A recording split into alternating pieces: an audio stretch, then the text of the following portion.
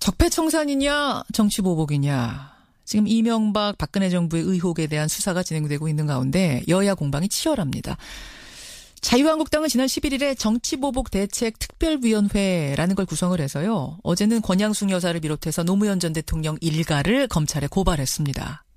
민주당 반발은 거셉니다. 예, 양측의 입장을 들어볼 텐데요. 먼저 왜 지금 노무현 전 대통령 일가인가? 한국당의 설명 듣겠습니다. 정치보복 대책 특별위원회 자문역을 맡고 계세요. 자유한국당 여상규 의원 연결을 해보죠. 여 의원님 안녕하세요. 예, 안녕하십니까. 예, 노무현 전 대통령 일가, 그러니까 권양숙 여사, 아들 건호 씨, 딸 정연 씨, 조카 사이 연철호 씨, 거기다가 박연차 태광실업 회장까지 5명 고발하셨네요. 예. 예, 무슨 이유입니까? 그 당시 수사를 하다가 노무현 대통령께서 돌아가시는 바람에 예. 공소권 없음으로 전부 처리된 내용을 지금 이제 민주당 집권 여당인 민주당이 이 적폐청산이라는 이름 하에 사실상 정치 보복을 하고 있다고 생각되기 때문에 그런 것도 그러면 옛날 역사적인 일이지만은 이제 그 적폐청산 차원에서 예? 다시 진실을 밝혀야 되지 않겠는가 이렇게 해서 고발하게 된 겁니다. 적폐라면 왜 이명박 박근혜 정부 적폐만 있겠는가? 이 적폐도 그렇죠. 우리가 보기엔 적폐다. 수사해달라. 예. 이런 말씀. 예. 그렇습니다. 근데 여 의원님 잘 아시겠지만 당사자가 사망하면 공소권 자체가 사라질 뿐만 아니라 지금 공소시효도 끝났기 때문에 이거 법적으로 수사 불가능한 거 아닌가요? 엄격히 보면 그럴 수 있습니다만은 사실상 이제 그 가족 노무현 대통령의 가족들도 공범이라고 보는 거거든요. 공범으로 보면 그분들에 대한 수사는 다시 이루어질 수도 있다. 또 이제 공소시효가 아직 남아있다고 보는 이유는 예. 이게 뇌물을 쭉 장기간에 걸쳐서 뇌물을 받게 되면 한 사람으로부터 받게 되면 그거는 포괄일죄로 봐서 예.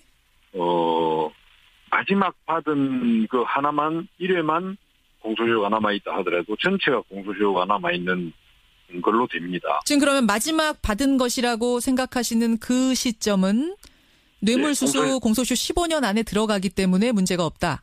그렇죠. 예. 아, 그래요? 예.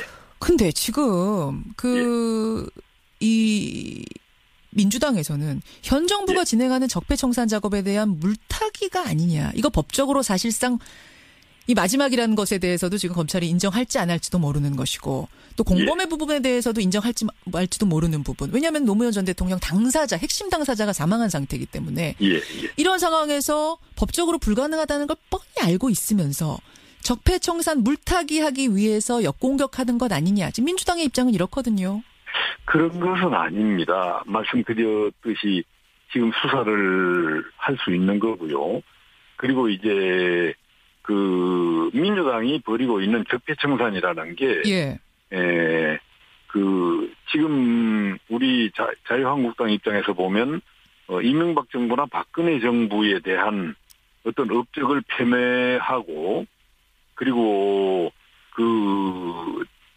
별 문제가 되지 않을 것들로 마치 새로운 증거가 발견된 것인 양 이렇게 언론에 흘리면서 계속해서 압박을 하고 있거든요. 예를 들면 어떤 게 별 문제가 되지 않을 건데 문제 삼는다고 보십니까?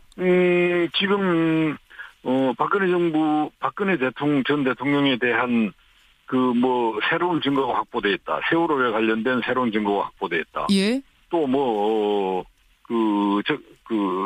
국정농단에 대한 새로운 증거가 확보됐다. 이런 차원에서 또 이명박 대통령 시절에도 새로운 증거가 발견됐다. 청와대 문건이 발견됐다. 이런 식으로 계속해서 새로운 증거가 발견된 것인 이제 검찰에 고발을 하고 하는 것은 정치 보복이다 완전히. 그 지금 이제 세월호 얘기하셨는데요. 세월호의 일지가 애초에 9시 30분인 것처럼 국민들이 다 알고 있었는데 알고 보니 10시로 알고 있었는데 알고 보니 9시 반에 첫 보고를 받았더라. 그래서 첫 지시까지의 그 간격을 줄이려고 조작한 것 아니냐. 이런 것은 이게 새로운 증거 발견된 거 아닙니까? 중대한 자료? 그것도 지금 청와대의 보고가 대통령에 대한 보고가 예. 그렇게 뭐 옆에 앉은 사람한테 이야기하듯이 이루어지는 게 아니잖아요. 그런 내용이 올라오면 정리를 하고 예. 우선 이제 이런 거 올라왔다라고 말씀은 드릴 수 있겠지만은 정리를 해서 정확하게 문서로 만들고 그렇게 해서 보고를 하려면 예. 뭐 30분, 1시간 정도는 시간이 필요하겠죠. 물론 걸립니다. 그래서 예. 그렇게 걸린 걸 다 감안해서 여태까지는 10시라고 얘기를 뭐 했던 거 아니겠습니까? 그렇죠? 그렇겠죠. 그렇죠. 예. 근데 알고 보니까 그런 걸 다 감안했더라도 9시 반이라는 얘기였다는 거거든요. 그런 것들은 다시 확인을 해봐야 됩니다만은 예. 지금 새로운 어떤 그 증거가 예. 발견된 것처럼 청와대에서 새로운 문건이 나온 것처럼 이렇게 민주당에서는 지금 현 문재인 대통령의 청와대에서는 발표를 하고 그러는데요. 예. 그런 게 새로운 문서가 나올 수가 없습니다. 나올 수가 없다고 지금 컴퓨터 뒤지니까 나왔다는 뭐 이런 거 아니겠습니까? 그러니까 그거를 컴퓨터를 뒤져서 나왔다라고 하는 것은 예. 뭐 어떤 그 우연히 어떤 그 하드에서 파일집이 발견됐는지는 모르겠는데 그렇다고 합니다.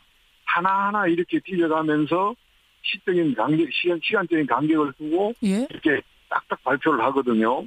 그게 일부러 그러는 거라고 보시면. 네, 그런 내용들이 보면 이 단편적인 발표 가지고는 저희가 알 수가 없습니다. 그게 전체적으로 예. 뭐 파일이 있다면 파일 전체를 한꺼번에 내놓고 이런 게 발견됐다라고 하든지 예. 안 그러면 서류 뭉치가 예컨대 몇천 매 몇만 매가 발견됐다라고 해서 한꺼번에 내놓고 예. 발표를 하고 검토를 하게 해보든지 이렇게 돼야지 아하. 단편적으로 어느 특정 부분만 딱딱 발표를 하면 알 수가 없죠. 저희로서도 다시 알겠습니다. 조사를 전부 다 해봐야 되는 것이고 예. 그리고 그 내용이 예. 전체적인 취지에 비추어서 옳은 것인지 안 그러면 현 문재인 정부에서 자기들한테 필요한 내용의 일부만 발췌해가지고 이렇게 언론에 흘리는 것인지 이런 것들에 대한 검증이 이루어져야 저는 진실이 밝혀진다고 봅니다.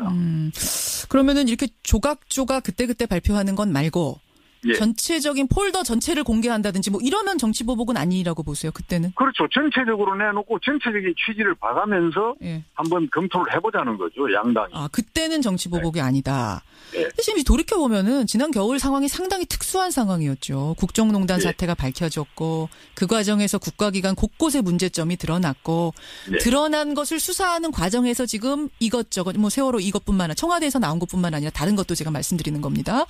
예. 그래서 이제 수사를 하는 것이지 국정원도 그렇고 뭐 군부대도 그렇고 이게 갑자기 어디서 뚝 떨어진 수사가 아니라는 걸 국민들도 알고 계셔서요. 그래서 이게 예. 과연 정치보복인가 좀 갸우뚱하게 되는 면이 있다는 겁니다. 어떻게 보세요? 그런데 그게 박근혜 대통령의 잘못이 수사를 해봐야 정확하게 드러날 거 아닙니까? 그리고 예. 재판을 해봐야 정확하게 드러날 거고요. 확정이 될 테고. 그런데 지금 재판 중에 예. 자꾸 그 박근혜 대통령의 잘못을 기정사실화하는 것 자체가 저는 잘못됐다고 생각합니다. 네, 재판 중이면 재판을 기다리는 게 판결을 기다리는 예. 게 고발한 쪽이나 예. 뭐 재판 받는 쪽이나 다 예. 저는 그게 옳은 태도라고 보고요. 예. 그 재판 중에 자꾸 이렇게 잘못을 불거지게 하고 그런 것들을 또 발표를 하고 그러면 재판을 하고 있는 그 판사들이 영향을 안 받을 수가 없는 거거든요. 박근혜 전 대통령에 관해서는 그렇다 치더라도 지금 다른 적폐들이 조사되고 있지 않습니까? 적폐 청산한다 해서 청산이 되고 있는 그 작업에 대해서도 그렇게 생각하세요? 지금 문제가 드러나서 사실은 조사를 하는 것들인데. 그런데 지금 민주당이 이야기하고 있는 적폐가 예. 대부분 내용을 보면 예. 지난 정권을 폄훼하는 내용들입니다. 그리고 모든 정권들이 끝난 뒤에 다 뒤져서 이렇게 자잘못을 단편적으로 조각조각 이렇게 단편적으로 검토를 하고 발표를 하게 되면 어느 정권이 끝난 뒤에 잘못이 없다라고 얘기를 할 수 있겠습니까? 알겠습니다. 그런 의미에서 정치보복. 역사로 돌릴 것은 역사로 돌려야 합니다. 역사로 돌릴 걸 역사로 돌리자는 말씀은 그럼 덮고 가자는 말씀으로 오해가 될 수도 있겠는데요. 덮고 가자는 소리는 아니죠. 그렇게 조그만한 것들을 자꾸 책을 잡아서 예. 결국 그 정권이 굉장히 잘못된 것이냐 그 정권을 정통성을 부인하는 듯한 그런 발표를 하면 안 되겠죠. 사실 지금 문재인 정권이 앞으로 5년 동안 가게 될 겁니다만은 5년 지난 뒤에 문재인 정권이 일일이 다 잘했다. 이렇게 할 수는 없는 거 아니겠습니까? 알겠습니다. 여기까지 지금 왜 노무현 전 대통령 일가를 고발하게 됐는가에 대한 이야기 들었습니다. 여성교 의원님 고맙습니다. 예, 감사합니다. 자유한국당 정치보복대책 특위의 자문역을 맡고 계세요. 여상규 의원의 설명 들으셨습니다. 이제 더불어민주당 입장도 한번 들어보죠. 백혜련 대변인 연결돼 있습니다. 백 대변인님 안녕하세요. 네, 안녕하세요. 지금 들으셨겠지만 그러니까 이명박 박근혜 정권의 적폐를 청산해야 한다면 노무현 김대중 정권의 적폐도 청산할 수 있는 거 아니냐. 따라서 노무현 전 대통령 일가의 문제가 남아있는 게 있다면 그것도 수사하자. 이 주장이거든요. 일단 저희가 박근혜 전 대통령과 이명박 대통령에 대해서 수사를 하는 것은 지금 범죄를 입증할 만한 명확한 증거가 계속 나오고 있기 때문에 그거에 대한 수사를 하라는 것입니다. 이게 정치 보복이거나 그런 것들이 아니라 정말로 헌정을 유린하고 법 질서를 위반한 명백한 사안들에 대해서 수사를 해달라는 것이고요. 노무현 전 대통령과 김대중 전 대통령에 대해서는 이미 노무현 전 대통령 사건 같은 경우는 노무현 전 대통령의 사고로 인해서 공소권 없음으로 종결됐을 뿐만 아니라 공소시효도 이미 부과됐습니다. 자유한국당이 이 의미를 모르지 않고서 고발을 했다고는 보이지 않고요. 지금 그 노무현 전 대통령에 대한 고발은 그야말로 적폐청산 작업을 물타기 하는 것이고 지금 진행되고 있는 적폐 관련 수사에 영향을 미치기 위한 정쟁적인 성격을 가지고 있는 것이라고 보입니다. 그 부분에 대해서 여 의원이 지금 답변을 주셨어요. 지금 두 가지를 지적하셨는데 하나는 이건 정치보복이다. 왜 정치보복이냐. 조각조각 마치 새로운 증거들이 계속 나오는 것처럼 타이밍, 그러니까 시차를 두면서 발표를 하면서 전 정권을 폄훼하고 있다는 표현을 쓰셨습니다. 또 모욕을 주고 있다. 따라서 정치보복이다. 이렇게 말씀을 하셨고요. 또 한 가지는 노무현 전 대통령의 건이 공소시효가 없지 않다. 마지막 건을 기준으로 하면 아직 공소시효가 살아있고 또 노 전 대통령은 사망을 하셨더라도 다른 가족들을 공범으로 본다면 수사를 다시 할 수 있다. 이렇게 말씀하시네요. 지금 먼저 정치보복이라는 측면과 관련해서 조각조각 발표를 한다고 하시는데 조각조각 발표하는 것이 아니고요.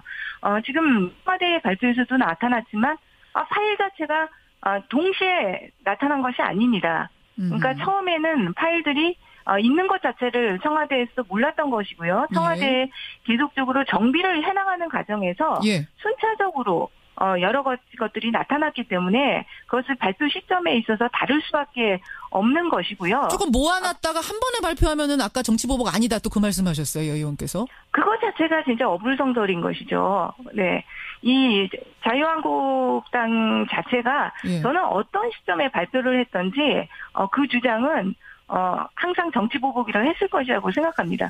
이것이 국민의 알 권리의 차원도 있는 것이고요. 청와대에서 문서가 나타날 줄을 어떻게 예상을 합니까? 처음에 나왔을 땐 이것만 있는 줄 알았겠죠. 그런데 하다 보니까 계속 순차적으로 드러나는 겁니다. 걸 어떻게 하느냐. 네. 그렇기 때문에 발표를 할 수밖에 없는 것이고 문서 자체를 다 공개한다는 것은 더욱 말도 안 되는 거 아닙니까? 그 수많은 문서를 온 국민한테 다 보고를 할 수조차 없는 것이고요. 자, 백 의원님, 그럼 공소시효 문제는 어떻게 보세요? 공소시효 문제 같은 경우는 시점을 어떻게 잡는 건지 모르겠지만, 제가 알기로는 공소시효가 두화되는 것이 맞고요. 더 중요한 것은, 이 뇌물범죄로 지금, 고발하신다는 거 아닙니까? 그런데 뇌물범죄라는 거는 노무현 전 대통령의 존재를 전제로 하는 범죄입니다. 공범들은 살아있기 때문에 가능하다. 포괄적으로 본다. 이 주장도 법조인으로 보시기에는 틀리다고 보세요. 그렇죠. 왜 그러냐면 한마디로 주범의 개념이라고 본다면 노무현 전 대통령의 존재가 없이는 이 범죄가 성립할 수가 없습니다. 근데 주 당사자가 지금 사망한 상태에서 다른 공범들 수사 자체가 될 수가 없는 겁니다. 그렇군요. 그러면은 그 자유한국당의 법적으로 잘하시는 분들 전문가들이 많이 계시는데 이 부분을 체크 안 하셨을까요? 하고도 괜찮다고 말씀하시는 건 아닐까요? 그렇습니다. 그러니까 저희가 보기에도 많은 법률가 출신들이 자유한국당에 있는데 다 알고 계실 겁니다. 그럼에도 불구하고 이 문제 삼는 것은 지금 그 여러 가지 박근혜 전 대통령과 이명박 전 대통령에 대해서 진행되고 있는 수사에 예. 물타기를 하려는 것이라고 보이고요. 더욱이 이 사건을 정진석 의원의 사건과 병합 수사해달라. 그렇게 요청했습니다. 이 부분에 있어서 명확하게 저는 그 의도가 보인다고 생각하는데요. 정진석 의원 같은 경우는 예. 지금 법리적으로 봤을 때 명예훼손죄가 될 가능성이 아직 거의 농후하다고 보입니다. 사자 명예훼손 혐의로 고소당했죠. 그렇죠. 예, 그럼 농후하다고 보이기 때문에 이 사건에 대한 물타기 아니냐 이렇게 볼 수밖에 없는 것이죠. 알겠습니다. 어쨌든 검찰에 지금 고발이 들어갔으면 검찰은 수사를 하게 되는 겁니까? 어떻게 되는 거예요? 결정을 어떻게 내립니까? 제가 볼 때는 이 사건에 대해서는 예. 거의 명확하게 공소시효도 도과했고 이미 또 주요 그 사건 대상자가 이미 사망한 사건이기 때문에 예. 각하될 것으로 보입니다. 여기까지 확인하죠. 백혜련 의원님 고맙습니다. 네. 더불어민주당 백혜련 의원까지 이 노무현 전 대통령 일가에 대한 고발건 짚어봤습니다.